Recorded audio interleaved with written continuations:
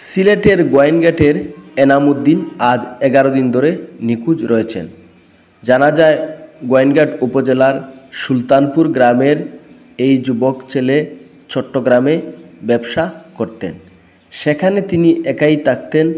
চট্টগ্রাম বদ্দারহাট মলিপাড়া এর পার্শ্ববর্তী জায়গা থেকে নিখোঁজ হন। আজ নিখোঁজের প্রায় 11 দিন। উচ্চতা 5 ফুট 4 ইঞ্চি। গ্রামের বাড়ি সুলতানপুর, গোয়াইনঘাট, সিলেট।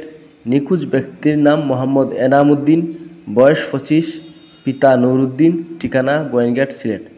যদি কোনো সদয়বান ব্যক্তি তার সন্ধান পেয়ে থাকেন তাহলে এই নাম্বারে যোগাযোগ করার জন্য অনুরোধ করা হলো। Number 01600503567, 01701369078, 01763777431। ATM Faisal, SBD news, বিশেষ প্রতিনিধি, সিলেট।